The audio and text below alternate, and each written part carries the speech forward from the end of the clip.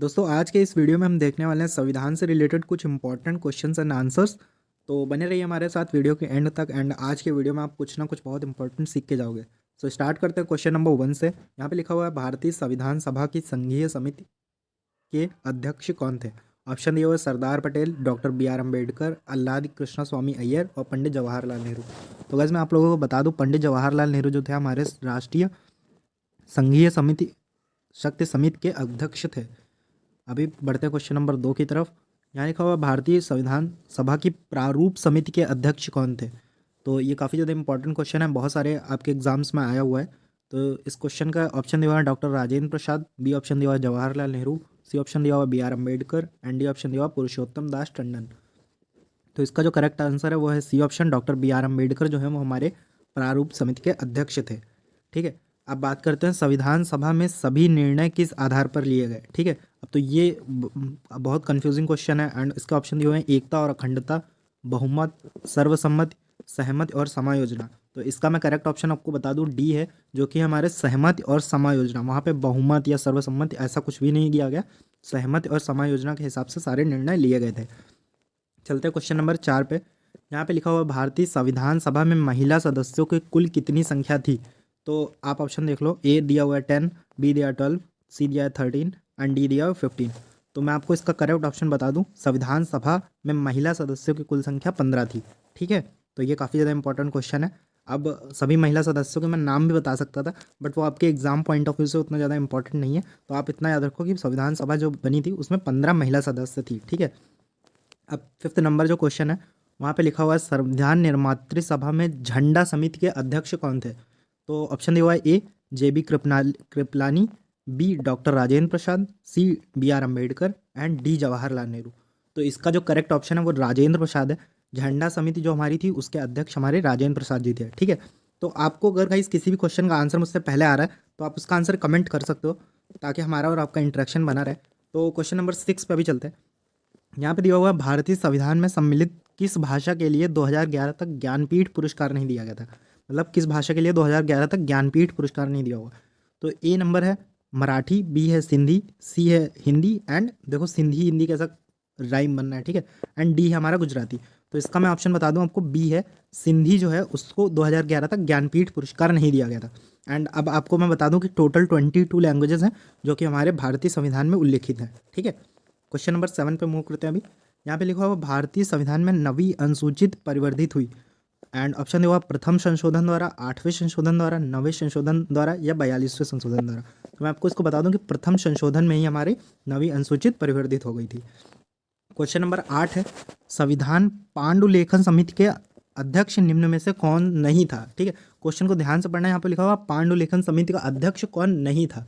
तो इसका मैं आपका ऑप्शन आपको बता देता हूँ कि जो जवाहरलाल नेहरू थे वो हमारे पांडुलेखन समिति के अध्यक्ष मतलब सदस्य नहीं थे। और बाकी ये जो 3 नाम दिए हुए हैं, मोहम्मद सादुल्ला, के एम मुंशी एंड ए के अय्यर, ये तीनों हमारे पांडुलेखन समिति के मतलब सदस्य थे। ठीक है, तो जवाहरलाल नेहरू इसका करेक्ट ऑप्शन हो जाएगा। ध्यान देना कि इसमें पूछा है सदस्य नहीं था। ठीक है, क्वेश्चन नंबर 9 पे चलते हुए। यहाँ पे लिखा हुआ है किस दिन से संविधान सभा का अंतरकालीन संसद के रूप में आविर्भाव हुआ। ठीक है, तो गाइज इसका बहुत इंपॉर्टेंट है।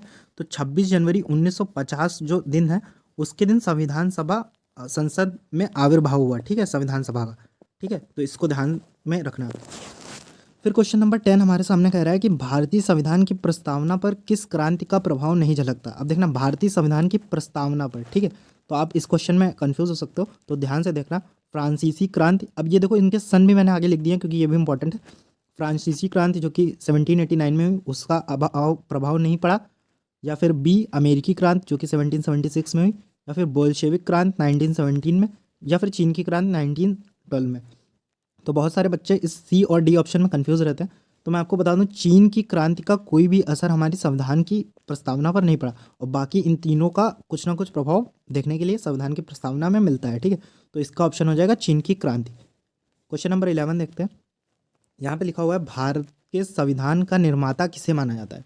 तो भारत के संविधान का निर्माता सबको पता होगा, एंड वो है हमारे बी आर अम्बेडकर जी। तो इसका राइट ऑप्शन हो जाएगा B R Ambedkar. Question number 12 पे मूव करते हैं। यहाँ पे लिखा है उच्चतम न्यायालय ने संविधान के मूल ढांचे का सिद्धांत किस वाद में प्रतिपादित किया है। ठीक है, तो ये 3 वाद के नाम लिए हैं एंड डी नंबर ऑप्शन है इनमें से कोई नहीं। तो पहला वाद दिया हुआ है बलवंत राय मेहता बनाम पंजाब राज्य, अशोक मेहता बनाम केरल राज्य एंड केशवानंद भारती बनाम केरल राज्य। तो इसका जो करेक्ट ऑप्शन है वो सी है, केशवानंद भारती बनाम केरल राज्य। जो ये वाला वाद था इसमें संविधान के मूल ढांचे का सिद्धांत प्रतिपादित किया गया है। ठीक है, तो 13 नंबर क्वेश्चन हो गया। अब 14 नंबर क्वेश्चन देखते हैं। जिस संविधान सभा द्वारा भारत के संविधान का अधिनियम किया गया उसके सदस्य कौन थे? मतलब इसमें ऐसा कुछ पूछा गया कि संविधान सभा के सदस्यों का निर्वाचन कैसे किया गया, कुछ ऐसा क्वेश्चन है। ठीक है, इनडायरेक्टली पूछा गया। तो यहाँ पे ए नंबर ऑप्शन दिया हुआ है गवर्नर जनरल द्वारा नामित, राजनीतिक दलों द्वारा नामित, विभिन्न प्रांतों की विधानसभा द्वारा नामित या फिर लोगों द्वारा। तो इसका जो करेक्ट ऑप्शन है वो ऑप्शन सी है, विभिन्न प्रांतों की विधानसभाओं द्वारा नामित जो सदस्य थे वो हमारे संविधान सभा के सदस्य थे। क्वेश्चन नंबर 14 देखते हैं। ये मैं आपको ऑलरेडी करा चुका हूँ। ठीक है, तो 13 एंड 14 क्वेश्चन सेम है। एंड अब देख लेते हैं आगे। यहाँ पे लिखा हुआ है संविधान के किस भाग में संविधान संशोधन की प्रक्रिया की गई। अब देखो जो हमारे 22 पार्ट्स हैं उनमें से पूछा गया कि कौन से पार्ट में हमारे संविधान संशोधन की प्रक्रिया का उल्लेख है। तो ऑप्शन दिया हुआ है भाग 3, भाग 4, भाग 20 या फिर भाग 21। तो ऑप्शन सी जो है भाग 20 में हमारे संविधान संशोधन की प्रक्रिया का उल्लेख किया गया है। अगला क्वेश्चन देखते हैं। यहाँ पे लिखा हुआ है संविधान सभा में उद्देश्य प्रस्ताव किसने प्रस्तुत किया। तो गाइस संविधान सभा में उद्देश्य प्रस्ताव किसने प्रस्तुत किया है पूछा गया। एंड ऑप्शन दिया हुआ है Sachchidanand Sinha, Jawaharlal Nehru, doctor B R Ambedkar, Acharya J B Kripalani. तो इसका जो सही ऑप्शन है वो हमारा जवाहरलाल नेहरू ने उद्देश्य प्रस्ताव संविधान सभा में प्रस्तुत किया था। इसके बाद है 17 नंबर क्वेश्चन। दल बदल के आधार पर निर्वाचित सदस्यों की अयोग्यता संबंधी विवरण संविधान की किस अनुसूची में दिया गया है। तो जो 10वीं अनुसूची 10th शेड्यूल है उसमें हमारा दल बदल के आधार पर निर्वाचित सदस्यों की अयोग्यता संबंधी विवरण दिया हुआ है। ठीक है, तो इसका 10वीं सूची हो जाएगा आंसर। फिर क्वेश्चन नंबर 18 में आते हैं। यहाँ पे पूछा गया भारत के लिए संविधान सभा की रचना है, संविधान सभा का विचार निम्न में से सबसे पहले किसने प्रस्तुत किया। तो ए ही इसका फाइनल आंसर है। स्वराज पार्टी 1924 में इन्होंने संविधान सभा की लिए सबसे पहले, जिसका गठन 1924 में होता, उन्होंने सबसे पहले विचार संविधान सभा के लिए दिया। ठीक है, तो ये इसका राइट ऑप्शन हो जाएगा। यहाँ पे पूछा गया 19 नंबर क्वेश्चन में महाराष्ट्र में लोकसभा सीटों की संख्या कितनी है। तो ये क्वेश्चन है, इसका आंसर होगा 48 है महाराष्ट्र में लोकसभा सीटों की संख्या। और जितना मुझे पता है मैं यूपी में रहता हूँ तो इसका आंसर है उत्तर प्रदेश में अगर पूछा था तो लोकसभा के सीटों की संख्या तो 80 थी। एंड मुझे करेक्ट तो नहीं याद है बट दिल्ली की 7 हैं शायद से लोकसभा सीटें। एंड आप जिस भी स्टेट में रहते हो उसका आंसर मुझे कमेंट करना। एंड कि वहाँ पर कितने नंबर